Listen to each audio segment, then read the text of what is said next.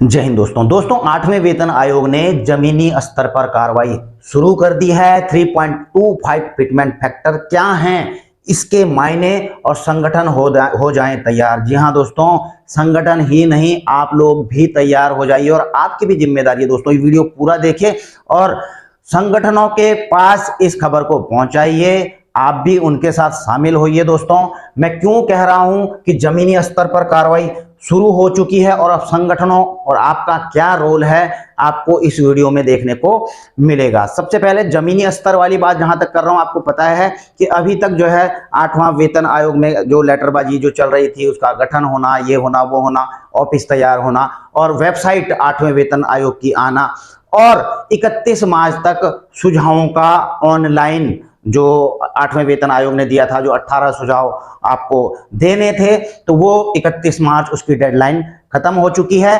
अब 8वां वेतन आयोग दोस्तों धरती पर उतर चुका है, यानी कि जमीनी स्तर पर कार्रवाई शुरू कर चुका है। और इसके लिए दोस्तों 30 मार्च को 8वें वेतन आयोग ने नोटिस भी जारी किया है और इस नोटिस के क्या मायने हैं दोस्तों, आपको इस वीडियो में समझ में आएगा। देखिए, a team of 8th Central Pay Commission shall be visiting Dehradun, Uttarakhand on 24th April 2026.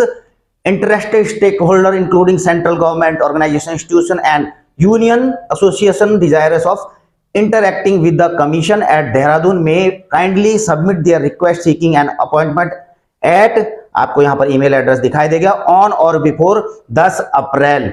ठीक है, तो 8वें वेतन आयोग ने यह नोटिस जारी किया है दोस्तों कि एक टीम 8वें वेतन आयोग की 24 अप्रैल को देहरादून उत्तराखंड में आएगी। तो यह पहली विजिट है दोस्तों 8वें वेतन आयोग की और इसके मायने बड़े, और यह देहरादून को ही विजिट कर रही है सबसे पहले। इसके भी मायने आपको आगे बताऊंगा। यह टीम केंद्रीय सरकारी संगठनों, संस्थानों, यूनियनों और एसोसिएशन के साथ मीटिंग करेगी दोस्तों। ठीक है, इसका उद्देश्य क्या होगा, कर्मचारियों, पेंशनरों और स्टेक होल्डर से सीधे सुझाव लेना। देखिए, अभी तक तो ऑनलाइन सुझाव मांगे जा रहे थे, लेकिन आपने किया नहीं किया, लेकिन जिन्होंने नहीं भी किया, अब संगठनों, पेंशनर्स का जो दायित्व है दोस्तों, स्टेक होल्डर्स का, कि अब डायरेक्ट जो है 8वें वेतन आयोग से मिलिए और वहां पर दोस्तों सुझाव देने हैं वेतन से संबंधित, भत्ते, पेंशन और सेवा शर्तों पर।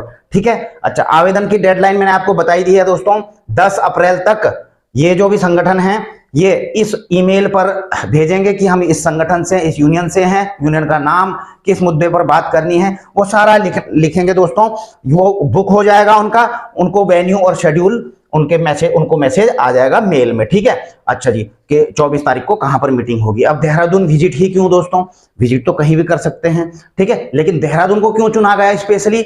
देहरादून में दोस्तों कई बड़े केंद्रीय सरकारी दफ्तर हैं, क्योंकि सेंट्रल पे कमीशन तो सरकारी कर्मचारियों के लिए ही बेसिकली हो रहा है ना। तो यहां पर देहरादून में दोस्तों कई केंद्रीय सरकारी दफ्तर हैं, जैसे सर्वे ऑफ इंडिया दोस्तों यहां पर है, FRI यहां पर है, फॉरेस्ट रिसर्च इंस्टीट्यूट, DRDO यहां पर है। ठीक है, IM में तो आपको पता ही है, चलो, ITBP, कई मंत्रालयों के क्षेत्रीय ऑफिस भी दोस्तों देहरादून में है, रक्षा संबंधी कई यूनिट्स भी हैं, ऑर्डिनेंस फैक्ट्री, कई चीजें हैं यहाँ पर। ठीक है, IRD वगैरह देहरादून में है। अच्छा जी, उत्तराखंड में बड़ी संख्या में सेंट्रल गवर्नमेंट कर्मचारी और यूनियन एसोसिएशन सक्रिय हैं। जी हाँ दोस्तों, उत्तराखंड में जो सेंट्रल गवर्नमेंट के कर्मचारी संगठन हैं, तो यहाँ पर जो है काफी सक्रिय हैं देहरादून उत्तराखंड में, इसलिए पहली विजिट यहाँ पर की जा रही है।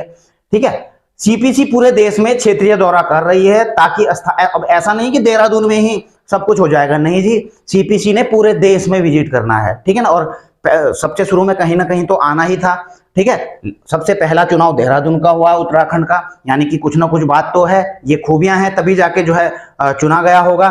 ठीक है, और बाकी कहीं ना कहीं पहली बार तो जाना ही होगा, है ना, फर्स्ट विजिट तो होगी। देहरादून नहीं होता तो दूसरी जगह होता है, लेकिन कुछ जो चीजें मैंने बताई, इन चीजों को लेकर के यहाँ पर आ रही होगी, ये कुछ वो होता है मीटिंग।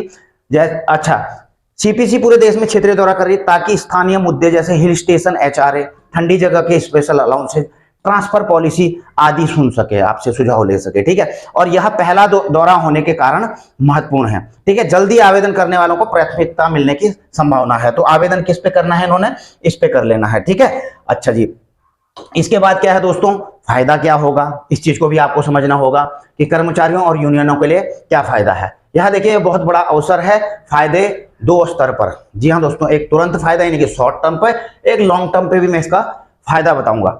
अच्छा, इसमें पहला क्या है दोस्तों, यूनियन एसोसिएशन संगठन सीधे सीपीसी से मिलकर अपनी मांगे रख सकेगी। जो यूनियंस हैं, एसोसिएशंस हैं, इनके सामने सीपीसी की टीम बैठी हुई होगी दोस्तों, ठीक है ना, उनके साथ बैठ करके अपनी डिमांड्स वहां पर रख सकते हैं, बिल्कुल फिजिकली, ठीक है। अच्छा जी, पहले तो क्योंकि अभी ऑनलाइन चल रहा था तो ऑफलाइन पर आ चुके हैं, अब आगे बैठेंगे उसके साथ डिस्कशन भी कर सकते हैं किसी भी चीज मुद्दे के बारे में, यह क्यों होना चाहिए, क्या होना चाहिए, लिखित में भी जो है दे सकते हैं। मांगे लिखित में भी जमा करनी पड़ेगी, मेमोरेंडम। तो मेमोरेंडम कौन करेगा भैया, यूनियंस करेंगे, एसोसिएशन करेंगी, तो उनको कहिए यूनियंस को, एसोसिएशन को कृपया करके अपना मेमोरेंडम तैयार कर दें लिखित में, और ये आवेदन कर लें, वहां पे आपको बुलाया जाएगा, वहां पर आपने ये लिखित में जमा करनी है अपनी, ठीक है, और डिस्कशन भी करना वहां पे। आम कर्मचारी भी अपनी यूनियन के जरिए प्रभाव डाल सकते हैं। जी हाँ दोस्तों, अगर आपको इससे संबंधित कुछ जानकारियां हैं, कुछ आपकी मांगे हैं, तो अपनी यूनियन के सामने उस चीज को रखिए कि हमारा ये वाला पॉइंट भी ऐड कीजिए, ठीक है। अच्छा जी, उदाहरण के लिए दोस्तों मैं आपको बता दूं, आप बोलोगे यार आप ही बता दो कुछ, देखिए उदाहरण के लिए फिटमेंट फैक्टर दोस्तों 3.25 की डिमांड, क्यों, क्योंकि जो कई संगठन मिलकर के एक फाइनल एक वो फिटमेंट फैक्टर इन्होंने निकाला था कि भाई कितना होना चाहिए, 3.25 की डिमांड की गई थी, आपको पता होना चाहिए। तो फिटमेंट फैक्टर की मांग होनी है दोस्तों उसमें। सालाना इंक्रीमेंट, जी हाँ दोस्तों, अभी जो सालाना इंक्रीमेंट मिलता है सैलरी में 3% की वृद्धि होती है, तो आप जो बिल्कुल दोस्तों 7% की मांग जैसे की गई है, तो आप भी अपने मेमोरेंडम में शामिल करें इसको। लीव इनकैशमेंट दोस्तों 300 दिन का होता है, तो इसको 400 दिन बढ़ाए जाने की मांग की जानी चाहिए, बिल्कुल। पुरानी पेंशन स्कीम ओपीएस में, ओपीएस की मांग की जानी चाहिए और की भी जा रही है, ठीक है। तो यहां पर भी इन चीजों को रखना है, मांगे तो वही है। डीएडीआर में ज्यादा बढ़ोतरी, आपको पता है अभी 2% 3% से ज्यादा बढ़ता नहीं है, तो इसका या तो फार्मूला चेंज होना चाहिए डीएडीआर वृद्धि का, ठीक है ना, या तो आप ये लगा सकते हैं जैसे हर 6 महीने में बढ़ता है तो आपको रखना चाहिए कि हर महीने जितना भी होता है उतना उसी समय बढ़ जाना चाहिए, या फिर 2 महीने में बढ़ जाना चाहिए, ना कि जो है हर 6 महीने में, ठीक है। अच्छा, एचआरए टीए मेडिकल अलाउंस में सुधार, पेंशन में 11 साल की कम्यूटेशन। जी हाँ दोस्तों, बिल्कुल एक कम्यूटेशन का मुद्दा है बड़ा, अभी 15 साल का, आपको पता ही है, लगातार कोर्ट में भी जो है इस पर केस किए गए हैं। तो 11 साल का कम्यूटेशन की भी बिल्कुल मांग की जानी चाहिए, अपने मेमोरेंडम में इसे शामिल किया जाना चाहिए। और इसके अलावा दोस्तों डिफेंस के भी कई मिलिट्री सर्विस पे के मुद्दे हैं, कई मुद्दे हैं, उन चीजों को रख सकते हैं, ठीक है। डिफेंस वाले हैं कुछ, ये चीजें तो रखेंगे, ये तो कॉमन है, अलग से वो उन चीजों को भी रख सकते हैं, ठीक है ना। ओआरओपी हो गया जैसे, उसके लिए भी रख सकते हैं, उसमें प्री मैच्योर को भी शामिल करने के लिए कहा जा सकता है। मतलब ये चीजें आप पॉइंट में 8वें वेतन आयोग के रख सकते हैं। लंबे समय का फायदा, जी हाँ दोस्तों, ये तो शॉर्ट टर्म के हैं। रिपोर्ट अगर लागू हो जाती है दोस्तों, जो भी दी जाएगी रिपोर्ट लागू हो जाती है, तो बेसिक पे में दोस्तों भारी बढ़ोतरी हो सकती है, 30 से 40% की बढ़ोतरी हो सकती है, ज्यादा भी हो सकती है, ठीक है, वो डिपेंड करेगा। नए भत्ते और पेंशन फॉर्मूला, जी हाँ दोस्तों, नए भत्ते कुछ जुड़ सकते हैं इसमें, पेंशन फॉर्मूला में कुछ बदलाव भी हो सकता है, जैसे कि मांग की जा रही है ना दोस्तों, अभी 50% बेसिक पे का होता है, लगातार मांग की जा रही है, ठीक है, तो 70% के लिए भी मांग कर सकते हैं, जैसा कि 1973 से पहले था, डिफेंस फोर्सेज को 70% मिलता था दोस्तों पेंशन, लेकिन बाद में तीसरे वेतन आयोग से वो 50% हो गया, तो कुछ मांग यह भी कर सकते हैं। हालांकि इसके बदले में ओआरओपी को लाया गया है, लेकिन ओआरओपी को भले लाया गया है, लेकिन कईयों को इससे वंचित कर दिया गया ओआरओपी से। तो या तो सभी को दिया जाना चाहिए, ऐसे नहीं कि उसमें दुनिया भर के क्लाउज दे रखे कि प्री मैच्योर को नहीं मिलेगा, इसको नहीं मिलेगा, उसको, तो ये जो है नहीं होना चाहिए, ठीक है। अच्छा जी, एरियर पिछले 6 महीनों का बकाया, एरियर की बात होनी चाहिए। और पेंशनरों को भी दोस्तों इसमें फायदा क्या है, उनका डीआर बढ़ेगा, पेंशन रिवीजन होगा। अच्छा, इसमें एक चीज ध्यान देने वाली बात है कि जितने ज्यादा संगठन दोस्तों सक्रिय होंगे, इसलिए मैंने आपको कहा था अपने संगठनों को बिल्कुल सक्रिय कर दीजिए कि भैया आपका नंबर है, अब जो है सक्रिय हो जाइए और यहाँ की तैयारी कीजिए 8वें वेतन आयोग के लिए। जो 24 अप्रैल को मीटिंग होनी, उसकी तैयारी कीजिए और अभी से आवेदन कर दीजिए। उनको बिल्कुल बोलिए दोस्तों, आप लोगों का काम भी है अपने संगठन के ऊपर दबाव बनाना कि आप तैयार कीजिए मेमोरेंडम और इसमें भाग लीजिए। जितने ज्यादा संगठन सक्रिय होंगे दोस्तों, अब ऐसे नहीं किसी ने अप्लाई नहीं किया तो वैसे ही कोई किसी से मीटिंग ही नहीं हुई सही तरीके से, तो कोई फायदा नहीं है दोस्तों। जाना है वहां पर, जितने ज्यादा संगठन जाएंगे सक्रिय होंगे, उतनी मजबूत सिफारिशें होंगी दोस्तों, ठीक है ना, उतनी मजबूत सिफारिशें होंगी। और पिछले सीपीसी में भी यूनियनों के दबाव से ही फायदे मिले थे दोस्तों, इसलिए यूनियन का बहुत बड़ा रोल है यहाँ पर संगठनों का, तो उनको आप तैयार करवा लीजिए कृपया करके।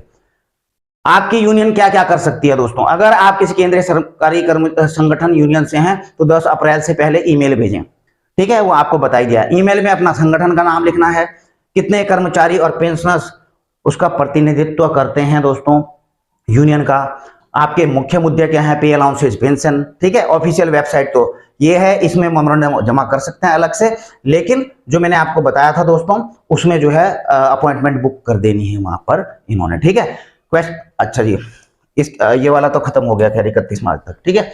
अच्छा जी, तो इसके अलावा दोस्तों इससे संक्षेप में मैं आपको बता देता हूँ, 8वें सीपीसी का स्टेक होल्डर कंसल्टेशन का हिस्सा है देहरादून विजिट कर्मचारियों के लिए सुनने का मौका है, जिससे आने वाले सालों की सैलरी पेंशन तय होगी। इसलिए बिल्कुल तैयार हो जाइए, जितनी जल्दी और मजबूती से मांगे रखी जाएंगी उतना बेहतर फायदा होगा। इसलिए दोस्तों न केवल संगठनों का, आपका भी रोल है, आप भी संगठन में अपनी मांगे भेजिए, क्या इन चीज़ों को मेमोरेंडम में शामिल कीजिए और जरूर जरूर जो है इसके लिए आवेदन करें और यहाँ पर अपनी मांगों को रखें। तो यहाँ पर आप इंडिविजुअल को तो पेंशनर्स या उससे तो नहीं मिलेंगे, लेकिन संगठन यहाँ पर काम आते हैं दोस्तों, संगठन जरूर यहाँ पर जा सकते हैं, उन्हीं के लिए स्पेशल संगठन, एसोसिएशन, ठीक है, संस्थान, इनसे मिलेंगे। तो इसके लिए इन्होंने यहाँ पर मेल करके कर देना है, ठीक है।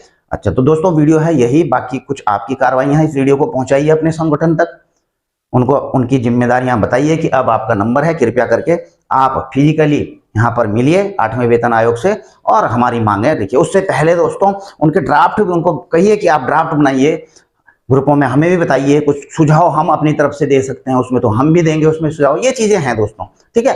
तो कुल मिलाकर के अब फिजिकली जो है 8वें वेतन आयोग के साथ मुलाकात होगी, जितनी जोरों शोरों के साथ मांगे उठाई जाएंगी दोस्तों उतना आपको फायदा होगा, ठीक है। तो वीडियो करते हैं यहीं पर समाप्त। वीडियो अच्छी लगी तो लाइक से कर सकते हैं, चैनल में नए हैं तो चैनल को सब्सक्राइब भी कर सकते हैं दोस्तों। जय हिंद, वंदे।